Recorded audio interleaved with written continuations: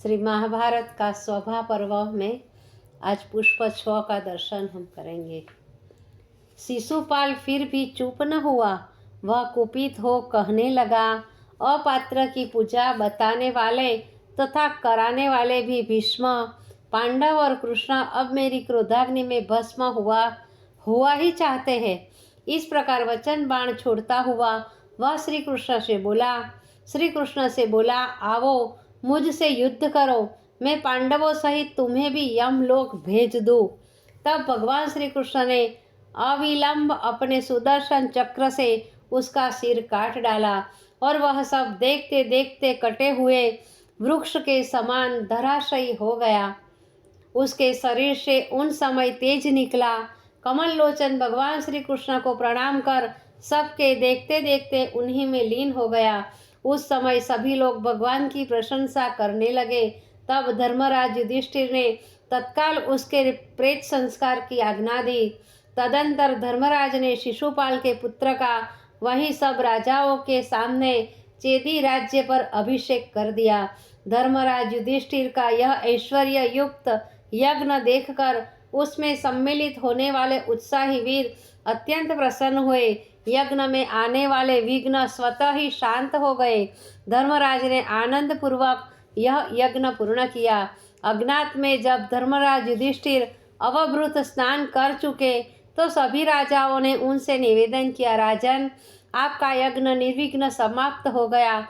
आपने सम्राट पद प्राप्त कर अपने कुटुंब का यश उज्जवल किया है। इस यज्ञ में हम लोगों का भी भली प्रकार आतिथ्य हुआ है। राजन, आप आज्ञा दीजिए, अब हम लोग अपनी अपनी राजधानी जाए।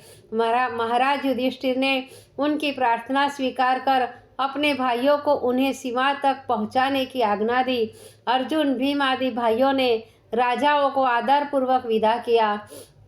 समस्त राजाओं और ब्राह्मणों के वहां से चले जाने पर भगवान श्री कृष्ण ने धर्मराज युधिष्ठिर से अपनी पूरी द्वारिका को जाने की स्वीकृति मांगी। धर्मराज ने कहा, भगवान, आपकी अनुकंपा से यज्ञ सानंदपूर्ण हो गया तथा समस्त राजाओं ने अधीनता स्वीकार करके कर दिया और वे स्वयं यज्ञ में सम्मिलित हुए। मैं किस प्रकार आपको जाने के लिए कहूँ, किंतु आपको द्वारिका तो जाना ही होगा। तदनंतर भगवान श्री कृष्ण युधिष्ठिर सहित अपनी बुआ कुंती के पास आए और उनकी अनुमति प्राप्त कर वे गरुड़ ध्वज रथ पर सवार हो द्वारिका को पधारे। भाइयों सहित युधिष्ठिर ने उन्हें सादरपूर्वक सीमा तक पहुंचाकर विदा किया। तदंतर भगवान श्री कृष्ण द्वैपायन शिष्यों सहित धर्मराज के पास आए। धर्मराज ने भाइयों सहित खड़े होकर उनकी अभ्यर्थना की। अब भगवान से व्यास ने कहा, राजन, अति दुर्लभ सम्राट पद प्राप्त कर तुमने देश की महान उत्पत्ति की है। तुम्हारे जैसे सत्पुत्र से कुरुवंश का यश उज्जवल हुआ है। यज्ञ में मेरा भी पूर्ण सत्कार हुआ है। अब मैं चाहता हूँ कि आप मुझे जाने की अनुमति दे। धर्मराज ने हाथ जोड़कर अत्यंत नम्रता पूर्वक निवेदन किया, भगवान, एक बात की मुझे संशय है, आप ही उसका निवारण कर सकते हैं। देवर्षि नारद ने कहा कि वज्रपात, धूमकेतु और भूकंप आदि दैविक अंतरिक्ष और पार्थिव उत्पात हो रहे हैं। शिशुपाल की मृत्यु से उनकी समाप्ति हो गई या अभी वे शेष है? कृपाचार्य बतलाइए। भगवान श्री कृष्ण द्वैपायन ने कहा, राजन, इन उत्पादनों का फल 13 वर्ष पश्चात होगा, जो कि क्षत्रियों के विनाश के रूप में होगा। यह कहकर भगवान श्री कृष्ण द्वैपायन शिष्यों सहित कैलाश को चले गए। इस प्रकार सबके चले जाने पर केवल दुर्योधन और शकुनि ही इंद्रप्रस्थ में रह गए। शकुनि सहित दुर्योधन ने धीरे धीरे सभा का निरीक्षण किया। एक दिन घूमते समय वह स्फटिक के चौक में पहुंच गया और वहां जल समझकर वह अपने वस्त्र उठाकर चलने लगा। जब उसे ज्ञात हुआ तो वह अपनी अज्ञानता पर पश्चाताप करने लगा तथा इधर उधर भटकने लगा। एक स्थान पर वह स्थल को जल समझकर गिर पड़ा, जिससे अत्यंत दुखी और अपमानित हुआ। आगे बढ़ने पर वह स्थल के धोखे में स्फटिक स्थान स्वच्छ जलयुक्त बावली में जा गिरा। उसको गिरा हुआ देख अर्जुन, भीम, सहदेव और नकुल आदि हंसने लगे, जिससे वह अत्यधिक लज्जित हुआ। तदंतर वह आगे बढ़ने पर भीत को द्वार समझ उस दीवार से ऐसा टकराया कि उसे चक्कर आ गए। एक सामान पर किवाड़े को धक्का देकर खोलने का प्रयास में झटका खा दूसरी ओर जा गिरा।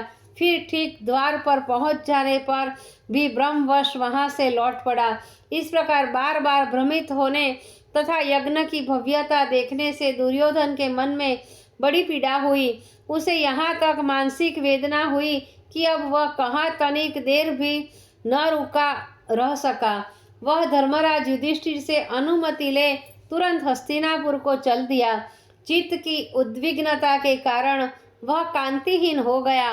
शकुनी अपने भांजे की विकलता को समझकर उसने कहने लगा, दुर्योधन क्यों, क्या दशा है? दुर्योधन ने कहा, मामा जी, युधिष्ठिर का महान वैभव देखकर मेरा शरीर रात दिन जलता रहता है। कठिनता यह है कि मैं अकेला उनकी राज्य लक्ष्मी ले नहीं सकता और आज विश्व मेरा सहायक दृष्टि नहीं आता। यही कारण है कि क्रोध की आग में झुलस रहा हूँ। मामा जी, इस स्थिति में आप ही कोई युक्ति बतलाइए। शकुनी ने कहा, हे दुर्योधन, अस्त्र शस्त्र विद्या में कुशल महान तेजस्वी पांडवों को युद्ध में जीत सकना तो मनुष्य क्या देवताओं की भी शक्ति की बाहर है। हाँ, एक युक्ति है, तुम्हें युधिष्ठिर को जीतने की बतलाता हूँ। मैं जुआ खेलने में अद्वितीय हूँ। त्रिलोकी में भी मुझे जुए में कोई नहीं हरा सकता। इसीलिए तुम इन्हें बुलाकर जुआ खेलने को विवश करो। मैं चतुरतापूर्वक उनका सारा राज्य वैभव जीत लूँगा। तुम अपने पिता धृतराष्ट्र से कहो कि इसकी व्यवस्था कर मुझे द्युत कर्म की आज्ञा दे। मैं अवश्य ही उन्हें जीत लूँगा।